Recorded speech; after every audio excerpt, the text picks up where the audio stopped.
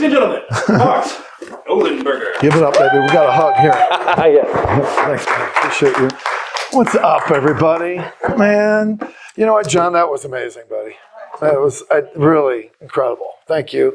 And I'm sorry that I didn't get to sit in everybody's because I had other obligations. But I know that we're all here with the same reason, right? We're all here to give other people hope, right? And you know, I came up with this thing. I always say I coined a phrase, and then about a month later, I'll see I saw it somewhere else. But I coined a phrase of what hope really is: helping people expand. Ooh. And I believe that's you. I really do. Bob Buford wrote a book. Anybody know who Bob Buford is? The book was called Halftime, right? Still is. And when Buford wrote the book, when he first started as a young man, he was super successful in material terms. Had lots of nice houses, boats, planes, and he had a lot of money. And he owned radio stations in Texas. And then something happened, that seismic shift in his life that everyone in this room today I've heard have happened to them. And his seismic shift was he lost a son. And in that moment, an extrovert who was great at moving the room decided he needed to know more about him. And he went inside himself for a bit of time. And what he decided was it was great to be successful. You know how it is. We go on Instagram, we go on Facebook, we compare ourselves to others. We see the world's success. We've all been there. We've all had those comparison issues. Don't lie now. You can't do that in a healing conference. Just can't. We've had that. And he said, I want to give back. I want to be a person of significance. And again, I honor you because that's who you are. John Maxwell is one of my mentors, and like Trent, we're members, and I get emotional about it, Trent. We're members of the Maxwell leadership team. And as members of the Maxwell leadership team, John says to us, we're people of value, adding value to people of value. Includes you. And yet, I think there's a little different phrase. I'm going to coin something else, Trent. Don't tell John. We're people of value, adding value and significance to people of value. That's what gives us hope for what we do. Years ago, thank you. Man, I paid him. You were a little late, though. It was supposed to be sooner.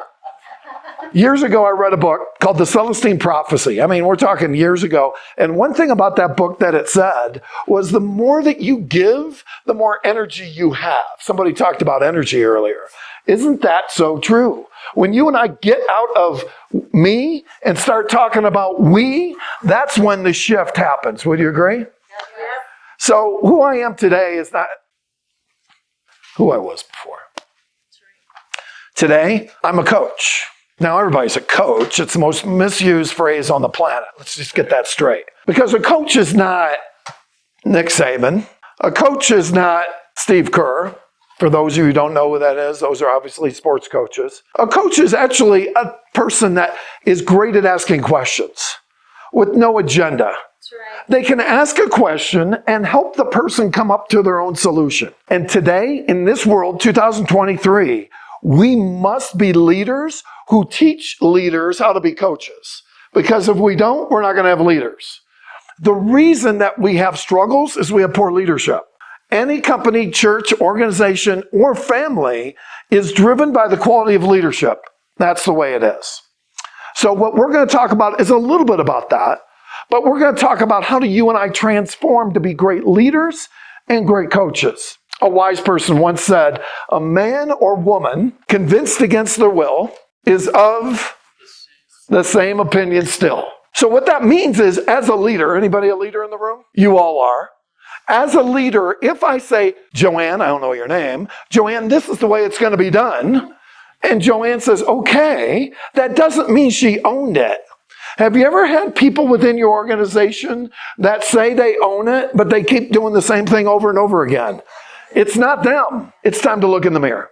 One thing about what I get to do is lead leaders in developing themselves. And one of the things that we do before we even start in our boot camps, we have intensive boot camps, is that we have them go through what's called the 5 levels of leadership.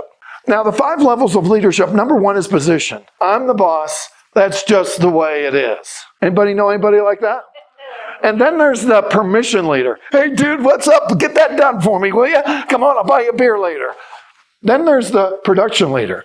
I'm going to make you money. I'm going to get you places, kid. But none of those are the elite. The next one is the people development leader. People development leader develop people who develop people who develop people. That's how families grow. It's so interesting. I was telling, maybe, I don't know who, but I was telling somebody that in my boot camps, most of the men, because most of them are men, come up to me that are like high-level leaders, and they'll say to me, Bart, this really worked in the office, but man, I'm better at home now. Man, I'm so much better at communicating with my kids now. When I get mad at them, I just say, what were you thinking? Not, what were you thinking? It's a little different tone. What were you thinking there? Tell me a little bit about that. It's hard for us, don't you? There again, be real. It's hard to ask questions, especially when emotions are involved. So anyhow, that's what I get to do. And I'm honored to be able to do it. That's the victory in my life. Another victory in my life today is, you heard about the book. That's a miracle. I mean, get out of here. Actually, what happened in 2015, I met a guy at the K-Love Fan Awards, and he said, that's a book. It's kind of like if you go to a bar and some girl says, you're handsome. You feel handsomer? That's how we feel, guys, ladies. I'm just telling you. We're feeling like this walking out. I'm pretty handsome. It might not be true, but they told you that, so you believe it. I believed it. 5 years later, nobody said I was a fast mover. The book came out 2023, June. Also, yeah, you heard the part. I was going to do my talk different. I've got 38 years of sobriety. I want to tell you a little bit about the brokenness of that. Thank you, sister. Here's what happened. I have a master's in stupidity. I have a doctorate in dumb. Just saying. But today, I have a PhD. Papa has a desire for me. And if I listen to him, everything changes. I was 28 years old, and I have 38 years of sobriety. Don't you dare do the math. I know, I get it. So I'm 28 years old. I'm at work, weigh 150 pounds, late at night, finance manager at a car dealership. Walk in the bathroom to do a line of cocaine. My boss came in right behind me. I knew I was busted, but I went like that, walked out of the room. Next morning, he says, and I walked in his office, and he said, Bart, we're going to have to let you go. And guess what? I went, loosened my tie, and went. Whew. See, 6 months earlier, I'd gone to a treatment center that a buddy of mine had gone through. And I checked in, and I didn't check in, but I inquired. And I said, hey, I'm kind of thinking I know somebody. And she said, well, you got to be there 30 days. Okay, cool, I'll come after work. No, it doesn't work that way. You have to go 24/7. I said, maybe you don't know who I am. I'm kind of a big deal. I'm a finance manager at a car dealership as I look at the Navy SEAL, right? Duh. I was nobody, but I thought I was somebody. I was insecure, neurotic, emotional, a sex addict, a drug addict, every drug except heroin. 6 months later, I happened to get busted at work. It was the best thing that ever happened to me. Anybody know what I mean by that? Yeah. And I got up in the morning after I got fired crying to a God I didn't know. I was raised Unitarian. Don't ask me. I don't know. I have not a clue. I went, but I wasn't there. Probably wasn't mindful. And the problem with that was I didn't get anything out of it. But this morning I'm crying like a newborn. And I got an intuition. You know what I mean by that? A still small voice, but you know what? It wasn't still and it wasn't small. It was like the gong show. Gong! Call that treatment center. They had one bed. I checked in. 2 weeks later, a counselor came up to me after I'd gone through hours and hours of therapy. And he said, Bart, you're not going to make it. You're not going to stay sober. Now, that guy needed to go through my leadership class because I would have never handled it like that. And I wanted to punch him in the nose. Anybody ever have anybody like that in your life? Isn't that funny? Those people have in the military, right, guys? Isn't that funny how we look back at those people and we hated them, but they did have an impact. Maybe we should do a class on that, Trent. Who knows? But what happened was I was so mad at him. The next morning I woke up, had a shirt on with a pocket, and I'm in front of the mirror. It takes a while to get this hair looking good. So I'm looking in the mirror, and all of a sudden I felt something in my pocket. And I reached in, and I pulled out a stash of cocaine that I'd hid there months earlier. Now remember, I had a $5,000 a month cocaine habit. I weighed 150 pounds when I checked in. I used whenever I could. All of a sudden, nobody knew I could use. I opened it, and I looked at it, and I flushed it down the toilet. And you know what? He wasn't in there, but I was a bat. It's funny when the challenger isn't really in front of you, but you're like, that's the way I am in the car. I can really be a badass in the car. But I said, take that, Gus. Gus was the counselor, by the way. There you go. I'll put it all together for you. 2 weeks later, I graduated, and you know the story. But I got to tell you, why? Why got me in that room? Why got me in that room? My why. Everybody, we need a why. You got to have a why. If you don't know what your why is, you got to find it out. Would you all agree? Why was born June. Man, you guys are getting my emotional triggers going. June 17th, 1984, Tiffany was born. When I have a picture of her, it was, as you were saying so well and picturing so well, she was right here and I'm right there, this skinny thing with a drawn-in face. As soon as I gave her back to her mama, I went and used a gram of cocaine. 6 months later, I saw my buddy that was sober. A year later, I went into rehab. She was my why. I didn't even realize it until about 3 weeks ago. And yet, here's what happened. I got sober. You all heard the story, but that's not the story. But I will tell you, the reason I got sober is I replaced. Every friend I had, gone. A night before, I'd gone out with a friend of mine and smoked crack cocaine all night. That was the last time I saw him. I had a bar that I used to go to all the time. Never went to it again. I always took a right from now on instead of a left. I changed everything. You want to change a habit? Stop it. Replace it. Do exactly the opposite. Get new friends. Get new jobs. Whatever. Have a new vision, a new career. I did that, but I also replaced addictions. I was a sex addict. I saw porn when I was 14, about the same time I took my first drink. It's hard to say this in front of ladies. I'm just going to tell you. And I continued on this behavior. I was married. I was a lousy husband. I was narcissistic. I was just a jackass. And I was sober, but I wasn't free from that. It consumed me. I hated it. Hated myself. And then one day, I'm driving down the street. Somebody tell me the time. One day when I'm driving down the street, I went by a church, Santa Cruz Bible, and I decided to pull in the church. Why? Still small voice, gong. I pulled in, got out, and I thought, man, this is a nice church. They have Mercedes in the driveway. And I pulled in, and I walked in, and I sat in the back of the room while they played rock and roll. It was good stuff, man. And then he came out. His name's Chip Ingram. And he talked about Romans 12. And what he said to me, and I was the only one in the room, by the way. Do not be conformed to the pattern of this world, but be transformed by the renewing of your mind. My mind started to get renewed. I started feeding it with what this person, this God in person called Jesus was telling me.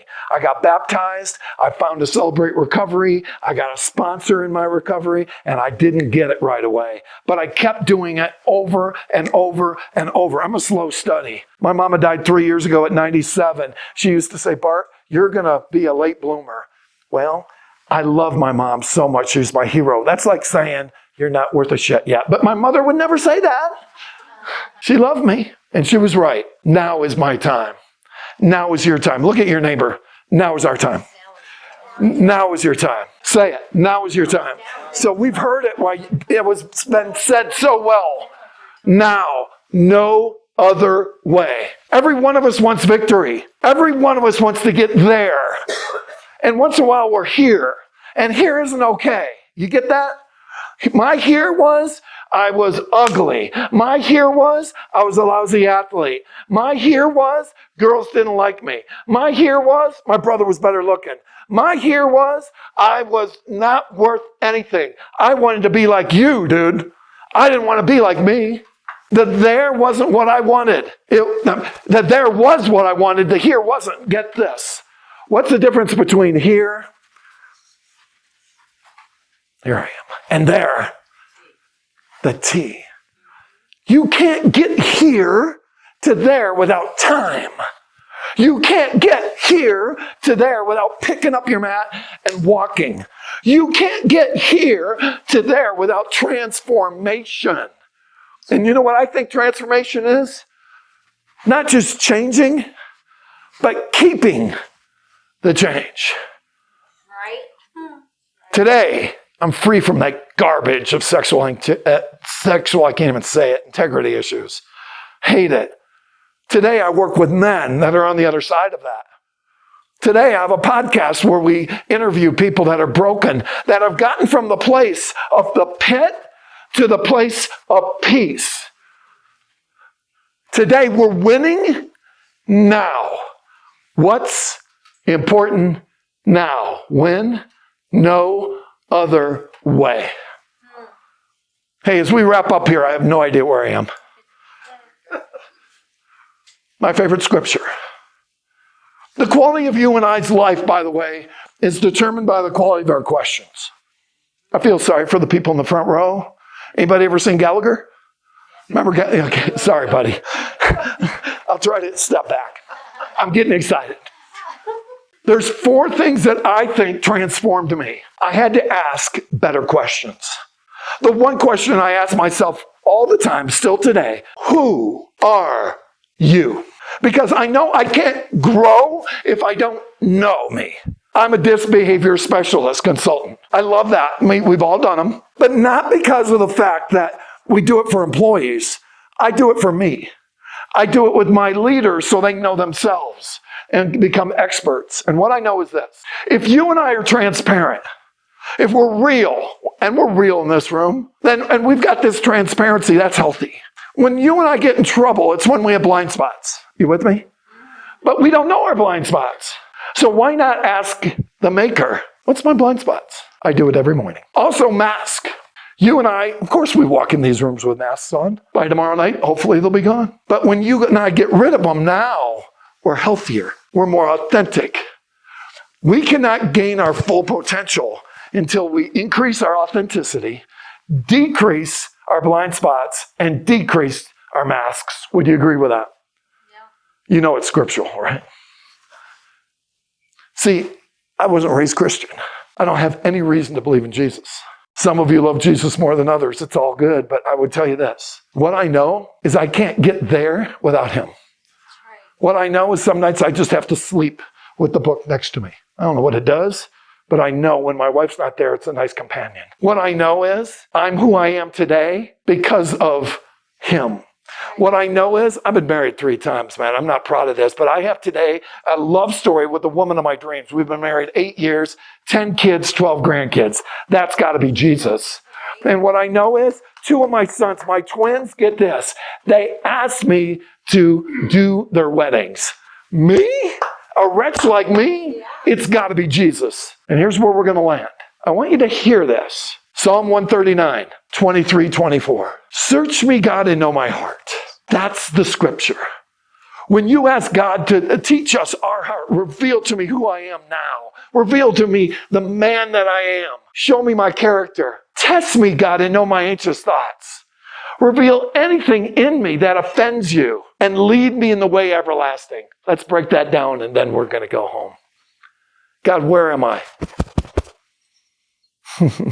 God, who am I? God, is there anything I'm doing that's sabotaging or getting in the way? Anything I'm doing to offend you? God, I have a question. Where do you want me? You know what happened? When I'm a dreamer. When I was a kid and I was here and wanted to be there, it was dreams. I had dreams, but I never walked it. Guess who takes me in their hand today and walks me hand in hand with his dream for me to be the best I can be for him? Everything. And you and I get this. When we bring him into it, every door seems to open like there's a tornado in the back. It flies open. If we're not getting what we want, it's because we might not be obedient. When you and I are obedient, when we do one day at a time, when we remember yesterday's history, tomorrow's a mystery, today's a gift. That's why they call it the present. When we're in the now, everything can change. So my hope, my dream, my knowing is that he needs you to be the hands and feet and the ambassadors to change the world. He needs you to be people development leaders. He needs you to walk hand in hand with him and change the world and be 1 Corinthians 13, love masters as you go out in the world. If you think about it, the best motivational book in the world is the Bible. But I will also tell you as I wrap, one of the best personal development books in the world, not this one, but the 12 Steps of Recovery. Ooh, yes. And this book was written 12 chapters for the 12 Steps of Recovery. It's my story and it's a leadership story. I'm going to give 3 of them away right now to the first 3 people that run up here. And they're available on, I'm going to tell you where it's available. KeepTheChangeBook.org. You can blame my publisher for not putting it on Amazon yet. KeepTheChangeBook.org. Yes! Give her a hand. Come on. You know what's so funny is that she shocked me. She was running up here. I'm thinking, is that a groupie? KeepTheChangeBook.org. But there's a few of them back there. It's $17.95 on Keep the Change Book. You can get it now. Can I say it? Yeah. Can I? $10. So any that are here, $10, just give me $10, Venmo me, whatever, and they're yours. If the podcast is Keep the Change, look me up. Here's what I'm going to do for you. I don't have a QR code. I suck. Darn it. I feel so inferior. It's so easy. I know, huh? Well, I don't know. Here's the deal. Bart Nollenberger. Let me give you my email, bartn17@gmail.com. bartn17@gmail. If you want anybody in the room, I'm going to do it with anybody because not everybody will do it. I will give you a half-hour coaching session on the 5 levels of leadership. And what I'm also going to do is I'll send you a free survey on the 5 levels. So you'll get the survey and you'll get a coaching session. Okay? Hopefully all of you don't take me up on it, but I'm going to take that risk. So it's a half hour and I'll go over the 5 levels. I'll send it to you. You can fill it out and come back to me and I'll walk you through it. Is that cool? Okay. Hey, you guys, thank you. I'm sure I went over. I always do. But my email, bartn17@gmail.com, bartn17@gmail. The book is at keepthechangebook.org. Let's all stand up a minute, please, and let's get out of here. I'm honored. I really am. I'm a better person because I got to hang out with you here. I'm a better person because I got to hear you. You know, and I know as speakers, all of you are speakers, it's about you. It's not about the speaker in the room. And I just so appreciate, I know sitting at the chair, I got so much out of all of this from you. So God bless you. Thank you for letting me take a few minutes. Appreciate you guys. Yes. Come on, one more left. Yes, here we go. There you go. All right. Well, Thank you, man. awesome job. Yes.